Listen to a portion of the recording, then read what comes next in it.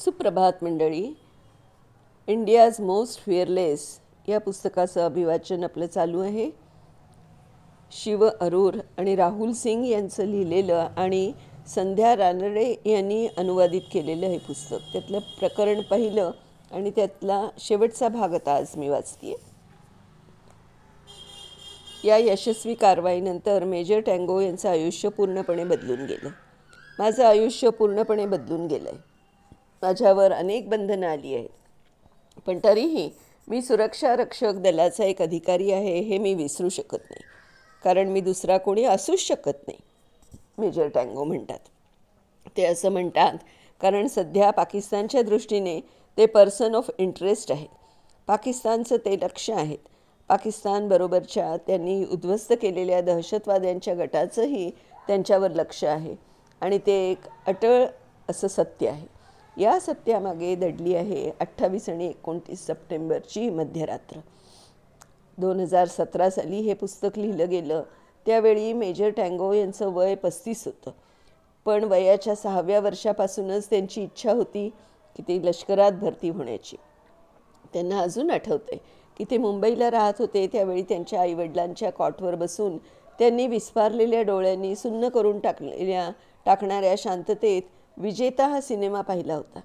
ते म्हणाले, मी कित्येक महिने रोज एकदा तरी विजेता बघत असे. हा सिनेमा पाहिल्याशिवाय मला चैनच पडायचं नाही आणि मला पूर्णपणे माहीत होतं की मला आर्मीतच जायचं आहे. माझ्या आईवडिलांना एवढा वैताग आला होता की त्यांनी विजेताच्या टेपवरचं दुसरं काहीतरी टेप करून टाकलं. दुसऱ्या 12 वर्षात माईक टँगो यांच्या आर्मीत जाण्याचं वेळ त्यांच्या ध्यासात बदललं गेलं. 2000 साली त्यांनी पुण्याच्या नॅशनल डिफेन्स अकॅडमी म्हणजे NDAत प्रवेश घेतला. हा प्रवेश मिळवण्यापूर्वी 2दा ते परीक्षेत नापास झाले होते. अद्याप टीनेजर असलेल्या माईकची पहिली पसंती खरं म्हणजे भारतीय वायुदलालाच होती, कारण विजेता चित्रपटामुळे त्यांच्या मनाचा कल अजूनही वैमानिक होण्याकडे झुकत होता. पण शेवटी त्यांना लष्करातच जावं लागलं. अर्थात तो जराही निराश मात्र झाला नाही, कारण त्याचं पहिलं पाऊल आता लष्करात पडलं होतं आणि तेच त्याच्यासाठी महत्त्वाचं होतं. NDAमधले पहिले काही आठवडे जम्मू आणि काश्मीरमधल्या एक कहाण्या ऐकताना माईक अक्षरशः भारावून जात असे. त्याला प्रशिक्षण देणाऱ्या एका अधिकाऱ्यांकडूनच त्याला या गोष्टी ऐकायला मिळाल्या होत्या. त्याचे हे अधिकारी दुसऱ्या एका उत्तम पॅरा SF युनिटमध्ये होते. माईकच्या मनात त्याला पायदळातच म्हणजे इन्फंट्रीत जायचं होतं. ही गोष्ट पक्की रुतून बसलेली होती. त्याला वाटायचं आपल्याला दुसऱ्या कुठल्या प्रकारची लढाई झेपणारच नाही. आणि ज्यावेळी त्याचं NDAमधलं प्रशिक्षण पूर्ण झालं त्यावेळी त्याला मनानं कौल दिला तो फक्त SFचाच. त्या प्रशिक्षणानंतर माईकला इंडियन मिलिटरी अकॅडमी म्हणजे IMAमध्ये पाठवलं गेलं. डेहराडूनला असलेल्या या अकॅडमीत गेल्यानंतर तिथे तरुण कॅडेट म्हणून प्रशिक्षण घेत असलेल्या माईकला त्याचा नवा आदर्श सापडला. तो त्याच्या प्लॅटून कमांडरमध्येच. त्याचे हे प्लॅटून कमांडर पुढे त्याच्या पॅरा SFच्या युनिटमध्येही असणार होते.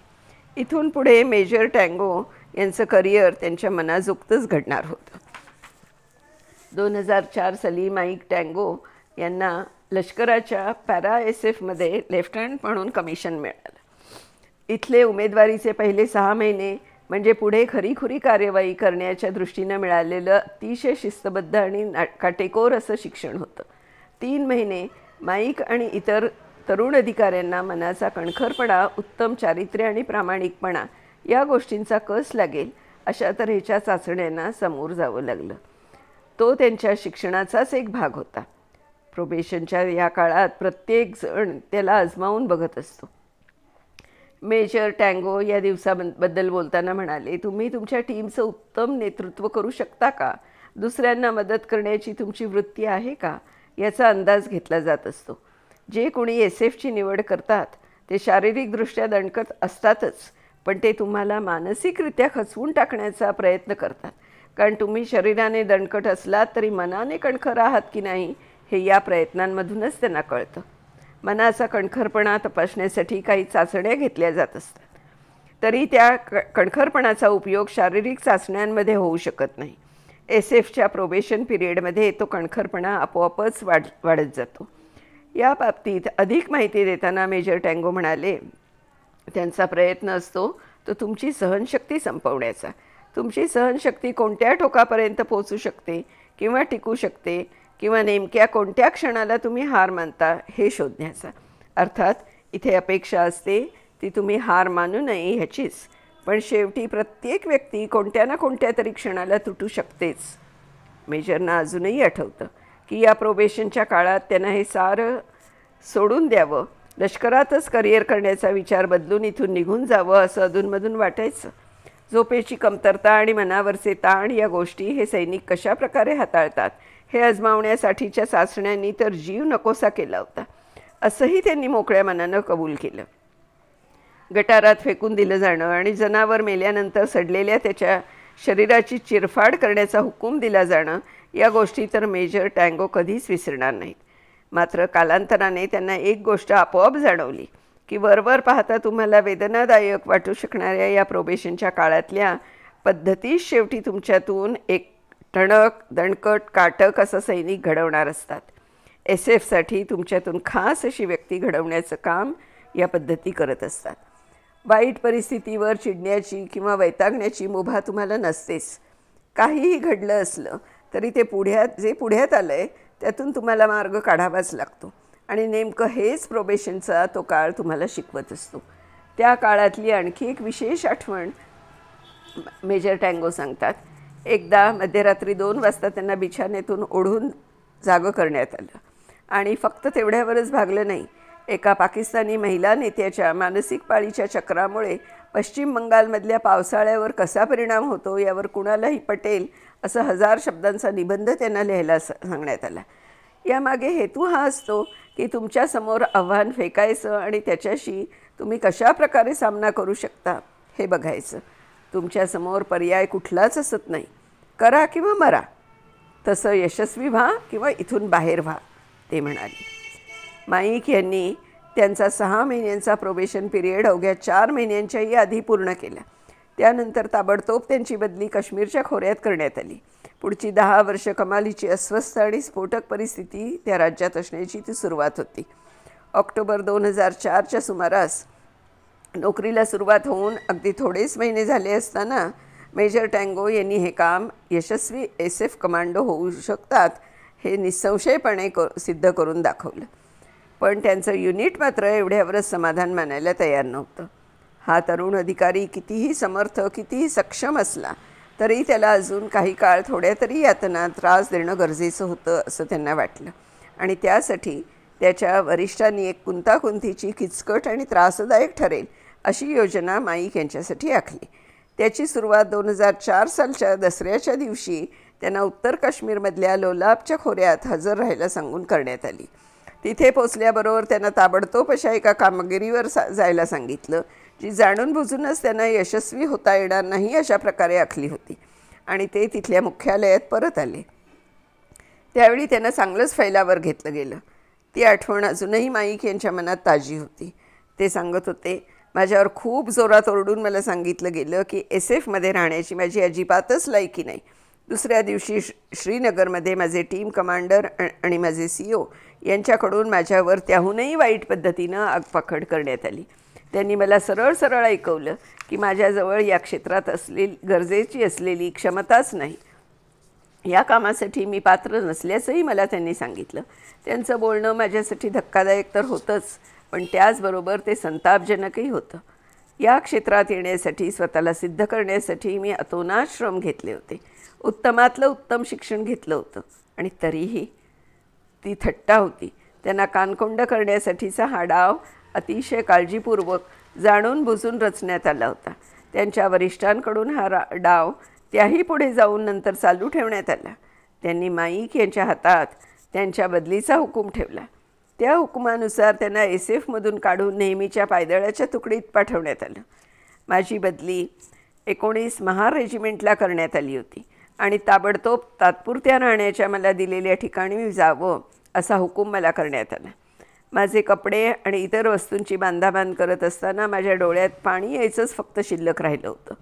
आजवर मला कधीही इतकं असहाय्य इतकं अपमानित वाटलं नव्हतं, माईक म्हणाली.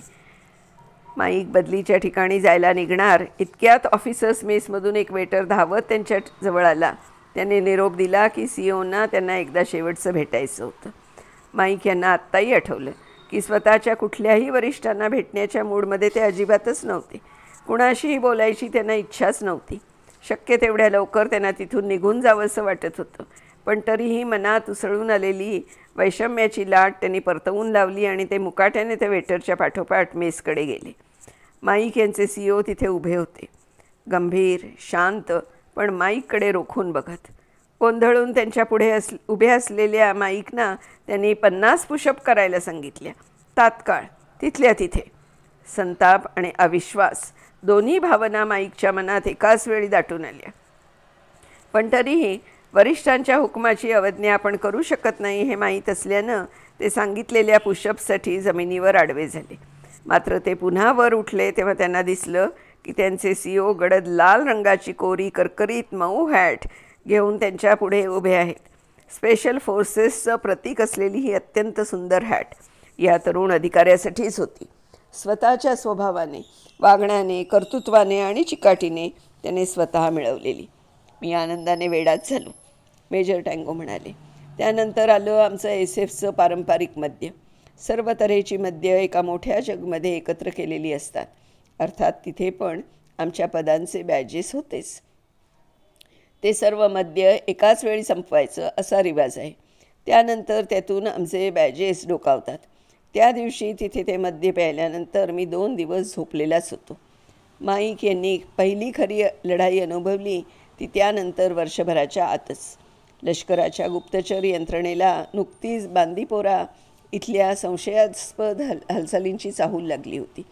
लेफ्टनंट टँगो आणि त्यांच्या माणसांनी 3 संशयितांना लगेचच शोधून काढलं. त्या सगळ्यांनी बुरखा घातलेला होता. पण मोबाईलवर चालतानाचा त्यांचा पुरुषी आवाज आणि अचानक दर्शन झालेल्या त्यांच्याजवळच्या AK-47 रायफल्स यांच्यामुळे त्या संशयितांचं बिंग आपोआपच फुटलं होतं. माईक आणि त्यांच्याबरोबरच्या माणसांनी या संशयितांभोवती गराडा घालून त्यांचे सुटकेचे सर्व मार्ग बंद केले. बंदूक चालवताना हात थरथरण्याची माझी ती पहिलीच वेळ होती आणि शेवटचीही. त्या दिवशी हाताला कंप सुटला होता खरा, पण त्यानंतर मात्र कधीही ते घडलं नाही. त्यानंतर त्यांनी कोव्हर्ट सुडो ऑप्स या संकल्पनेखाली एक टीम पॅरा SF स्थापना केली. ते एक असं युनिट असतं ज्याच्याकडे सर्वसामान्य जनतेकडून गुप्त माहिती सखोल पद्धतीने काढून घेण्याची जबाबदारी सोपवलेली असते.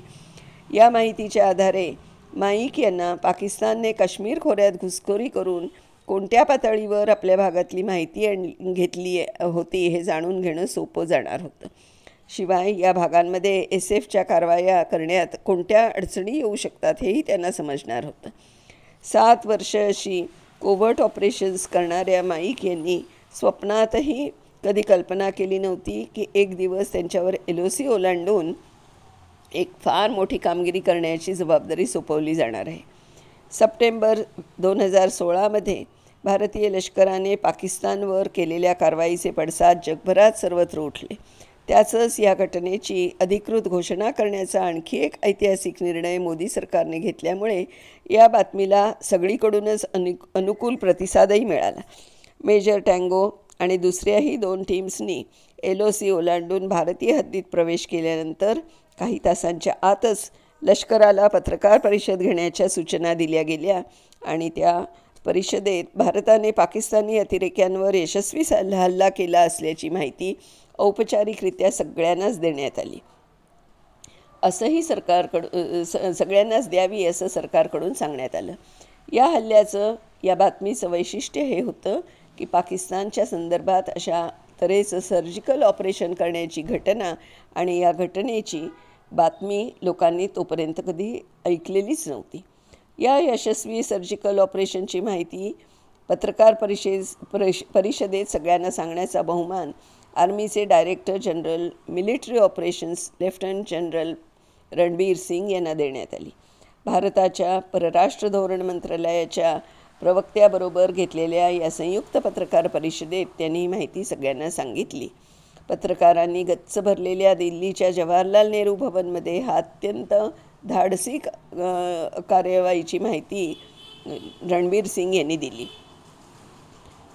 तर 20 मार्च 1917ला म्हणजे सर्जिकल स्ट्राईक झाल्यानंतर 6 महिन्यांनी मेजर टँगो यांनी राष्ट्रपतींच्या हस्ते राष्ट्रपती भवनामध्ये त्यांच्या कीर्तिचक्र हा पुरस्कार स्वीकारला. भारतीय लष्कराने या LOC पलीकडच्या सप्टेंबरमधल्या कार्यवाहीतील यशाबद्दल त्यांना दिल्या गेलेल्या पुरस्काराच्या वेळी झालेल्या समारंभाच्या लिंक्स प्रयत्नपूर्वक सर्वांसाठी उपलब्ध करून दिल्या गेल्या. एव्हाना त्यांना कदाचित कळलं असेल की मी कोण आहे आणि माझी क्षमता किती आहे, मेजर टँगो म्हणाले. आणि त्यांनी पुढे असंही सांगितलं की पण स्पेशल फोर्समधल्या लोकांना भीती म्हणजे काय हे खरंच माहीत नसतं. मंडळी, इथे हे पहिलं प्रकरण संपलं आहे. खरंच अतिशय रोमांचक अशा या गोष्टी आहेत. याच्या पुढच्या पण गोष्टी अशाच सुंदर असणार आहेत. तर नक्की ऐका, लाईक करा, शेअर करा, सबस्क्राईब करा माझं चॅनेल. आणि मला ते प्रेरणा देण्यासाठी अतिशय उपयुक्त ठरणार आहे नक्कीच. तर भेटूया दुसऱ्या प्रकरणामध्ये उद्या. तोपर्यंत बाय बाय.